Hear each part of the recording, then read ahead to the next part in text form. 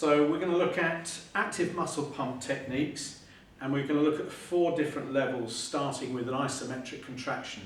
So in these circumstances, presumably your client has either got some sort of debilitating condition or injury whereby you don't want to move the muscle too much, they may fatigue too much and so on. So this is the basic and most simple level that you can do this to. And so if we just take the hamstrings as an area of example that may be damaged, and perhaps there's a hematoma or in this area or something like that, you will simply ask your client if they can gently contract the muscles. So Jade, on your left side, your hamstrings, if you can just focus on tightening those up for me, and hold, 2, 1, and relax, and tighten, and relax.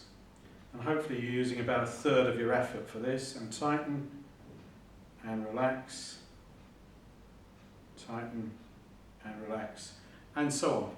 So we're getting Jay to do a contraction of 2 or 3 seconds to about 1/3 of her maximal voluntary contraction. So fairly mild contraction, because we know that the parameters are 10 to 70% of maximal voluntary contraction at which you start getting an effect and at which you get complete ischemia. So this is a nice mid-range.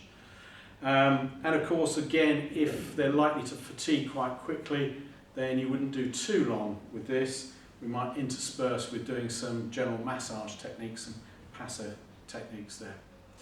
The step up from that, if they're able to, and this perhaps again using this example of a hematoma has moved on a little bit and we're able to move the limb, is active. So we would think about a mid-muscle length. So at the moment the hamstrings are fairly well on stretch. So if we just lift the leg so that the knee flexes, we don't want to get the muscle too short nor too long. So I might work at a range from about there to there. So Jade, what I'm going to ask you to do is just move your leg, and if you can move up to there towards my hand and then back again. Just nice slow pace, keep going between my hands. And again, we've fallen nicely into 2 or 3 seconds of contracting in each dimension. So the hamstrings are obviously working to flex the knee, keep going, don't give up yet, that's it.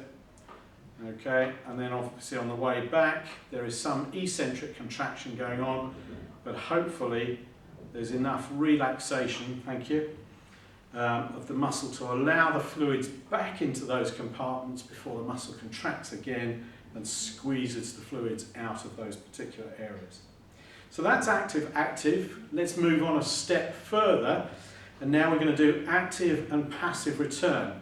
So with the passive return, there's no eccentric contraction taking place now, and so there's even greater opportunity during that decompression phase for more blood to flow back into those chambers. And so again, very simply, same sort of parameters in terms of muscle length. So Jade, same barriers. What I want you to do this time is you bring your foot up towards my hand. Now relax completely and let me bring it back. Up again on your own, towards my hand, and relax. And up again, and relax. So you've got to make sure that you passively, and again, take the limb back on each occasion.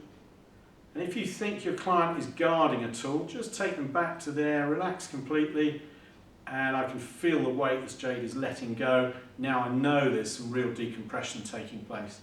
So I might just dwell a little bit longer. So let's do that again. And relax completely. Good. And again, take your leg up, and relax, and let me take it back.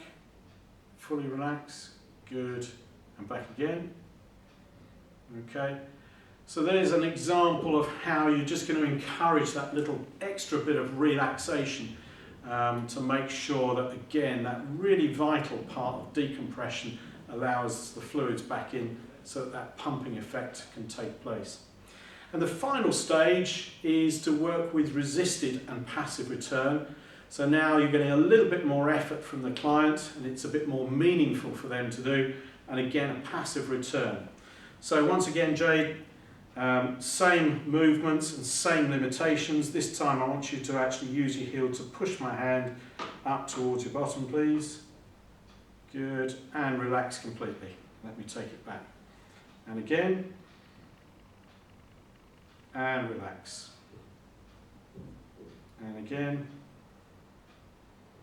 and relax. Okay, so there's your 4 levels of demonstration. Liederman recommends several minutes of doing this, but as we've discussed a number of times, clients will probably become a bit impatient with doing all the work and you sitting there doing nothing.